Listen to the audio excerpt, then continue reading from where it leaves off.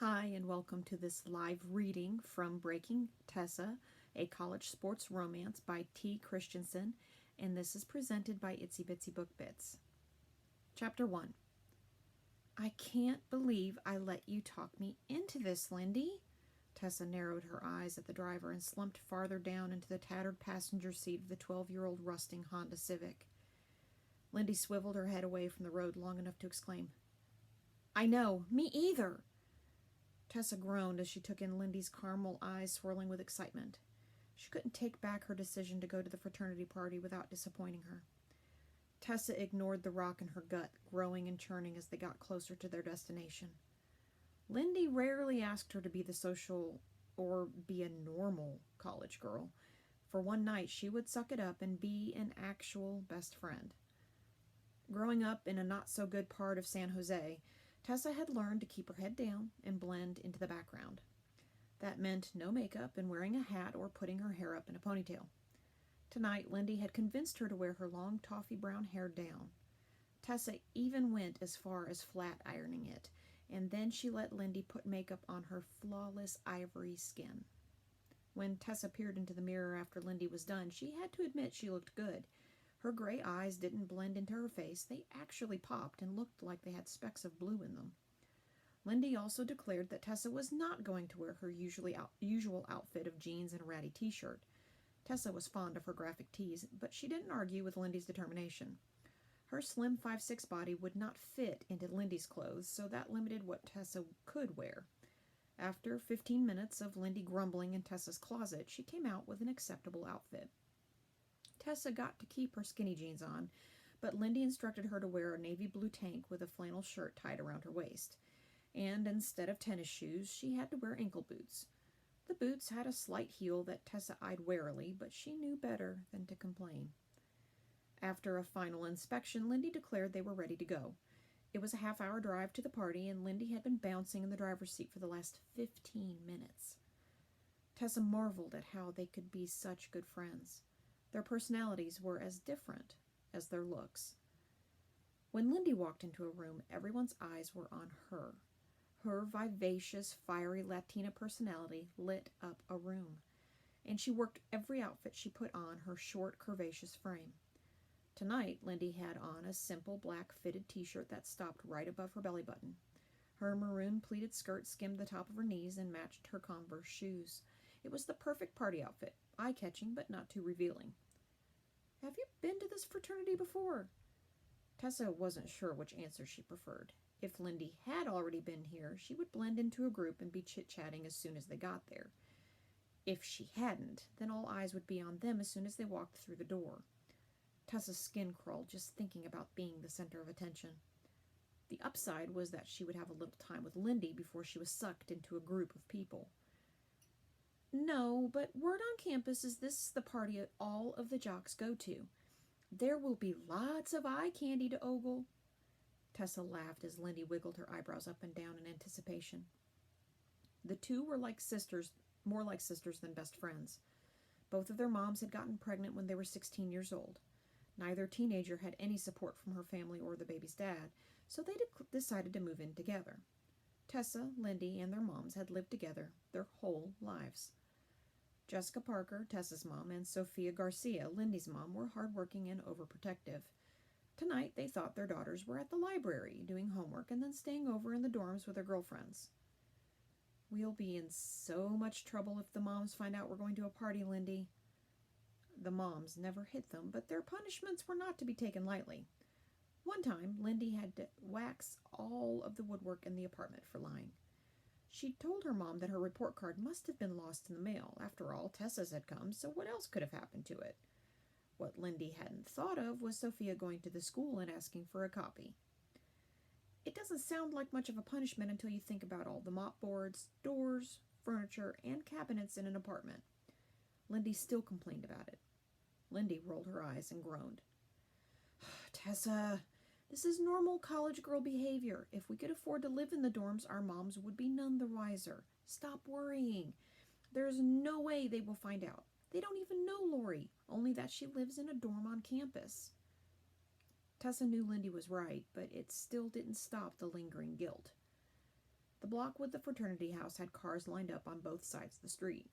Lindy pulled up behind a car, then shut off the engine and turned to her. "Tessa," she started in a stern voice. Tessa wasn't sure she wanted to hear the rest, but Lindy drilled her with her eyes as she continued. "We will stay for at least an hour." Yep, Tessa didn't like this. To most people, an hour at a party was nothing, but it was an eternity for her. Lindy must have sensed her apprehension because she softened her tone. "We can go any time after that. I want you to be 20 and have some fun." "Okay," Tessa agreed with little enthusiasm. She knew Lindy was right, but a lifetime of the mom's dire warnings combined with her introverted personality were hard to shake. On the other hand, Lindy lived to be social. Tessa didn't want to ruin her night, so she tried to inject some pep into her response. "Let's go party." Lindy's concern vanished, and she reached across the console to give Tessa a quick hug. Throwing open her door, she exclaimed, "Woohoo! Look out! Here we come!" Chapter 2. Tessa wasn't a complete nerd. She had been to a few parties in the last couple years, but this one was different.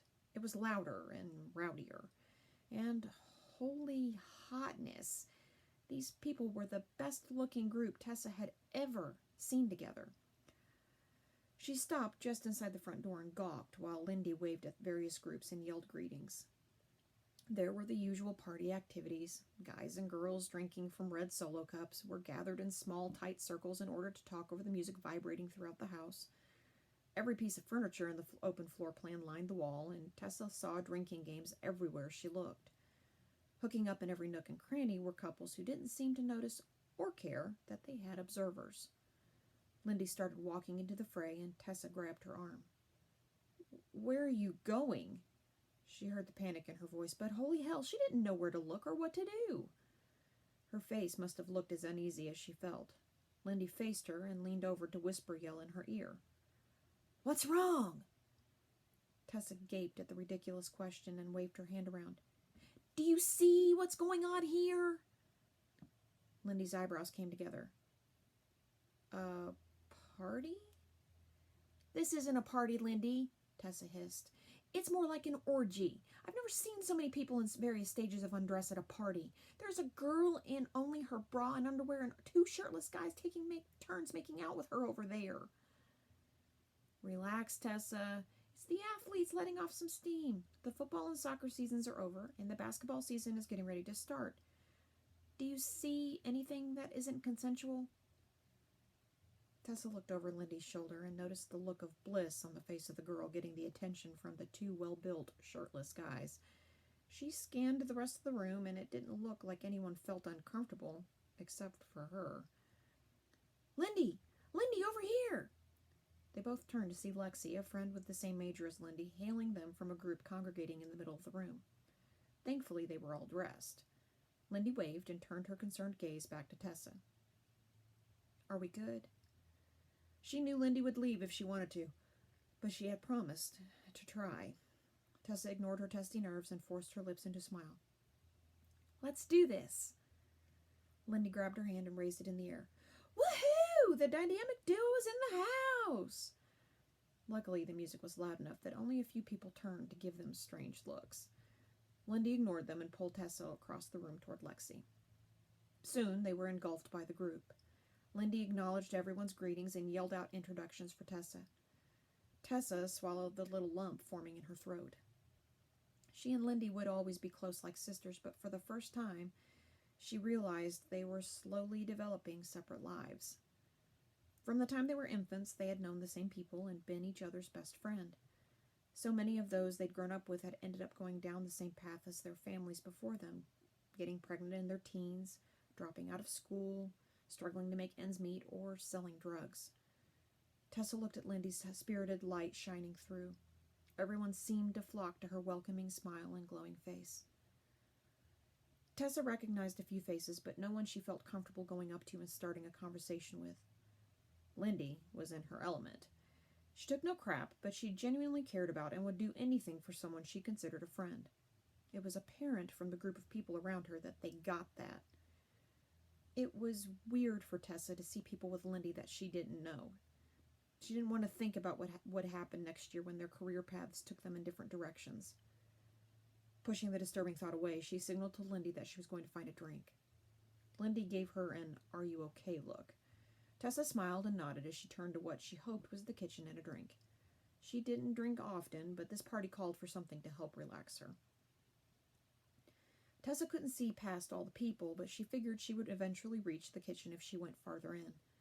Keeping her eyes firmly in front of her so she didn't see anything unexpected, she weaved between bodies. She would hopefully feel more at ease after she had a drink. Tessa could see cabinets lining the wall up ahead and knew she had to be close.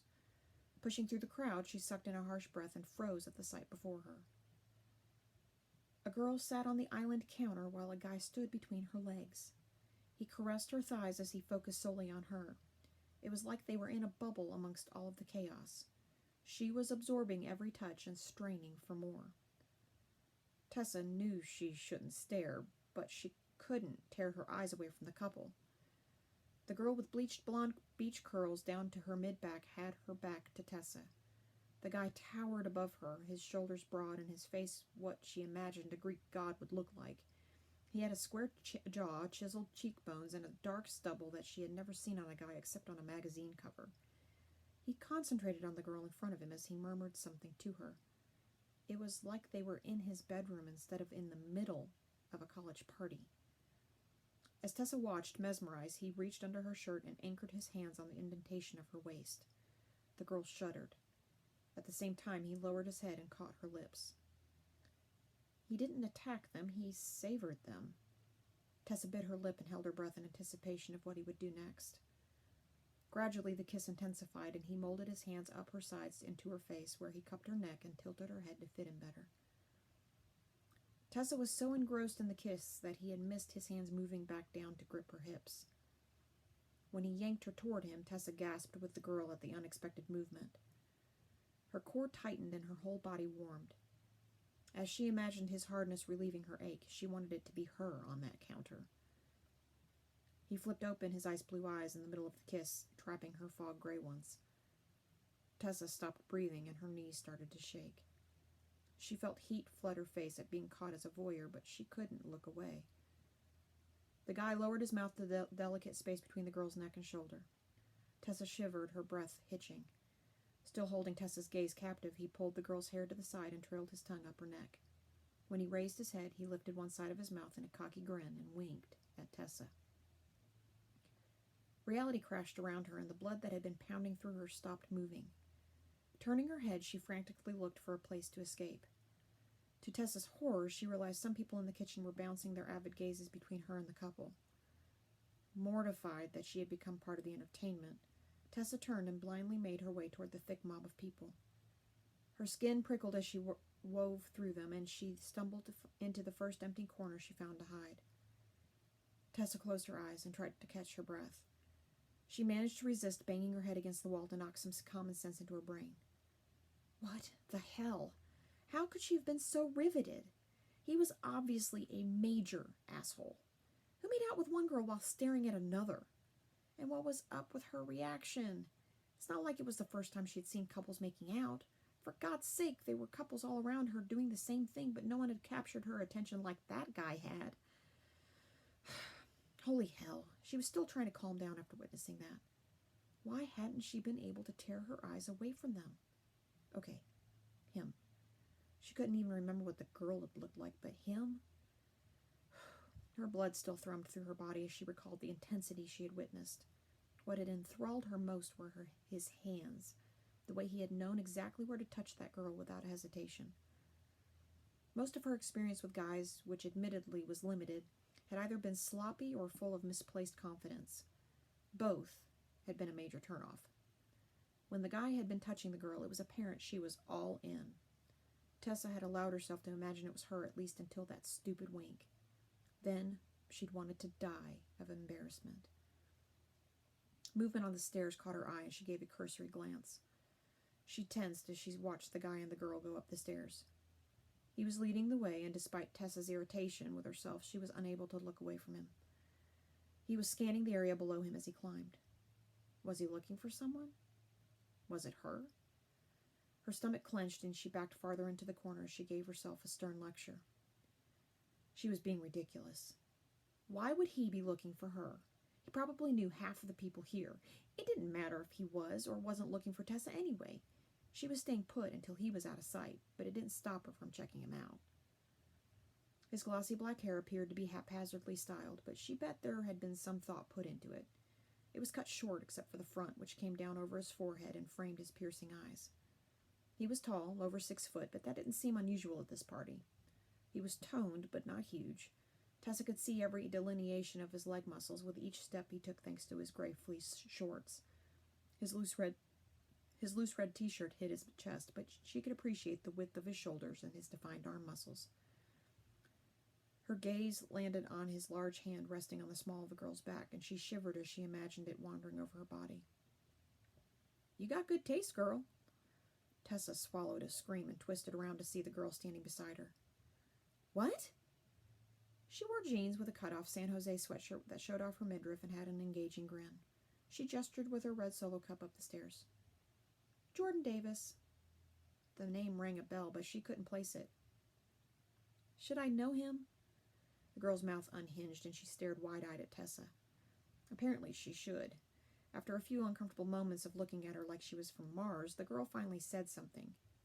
"You're serious? You don't know who he is? Are you a freshman?" Tessa didn't want the girl to go into apoplectic shock, so she watched her closely as she answered honestly. "No, I'm a senior." "Do you live under a rock?" "No, the name sounds familiar," Tessa replied slowly, "but I don't know where from." "Jordan Davis is the #1 college basketball player in the country. Last year he almost single-handedly brought our team to the Sweet 16, and he has almost every scoring record for the University of San Jose. This year he's a senior, and the team has some freshman talent, so they are expected to go to the finals. Recruiters are at all of the games. The news is constantly speculating about what team he will play professionally for." "Oh," Tessa wasn't sure what else to say. She must not have seemed suitably impressed because the girl went on. "Besides his obvious good looks," she said, raising her eyebrows upward a couple times as a reminder of how Tessa had been gawking, "his family comes from money. Girls throw themselves at him." With her hand cupped to the side of her mouth like she was imparting a great secret, the girl added, "Between you and me, I've heard he rarely turns down the invitations." Remembering Jordan's cocky grin when she had been caught staring, Tessa murmured, "That's easy to believe." The girl's attention wavered from Tessa, and she took off. Tessa returned her gaze to the stairs where Jordan had disappeared. She had the unusual urge to sneak upstairs to see if she could be a fly on the wall. Guys had never been a distraction for her, so it was a little unnerving that after a brief interaction, if it could even be called that, she couldn't get the scene out of her head. The idea of standing in the corner to see how long Jordan stayed up there frustrated her enough to move. Tessa maneuvered through the growing crowd back to the kitchen. Despite the desire to keep looking over her shoulder and up the stairs, she kept her eyes forward. The counter was packed with red Solo cups filled to the brim with beer. Tessa grabbed 2 and made her way back to Lindy. Taking a cup, Lindy asked, "Where have you been?" Tessa shrugged. "Talking."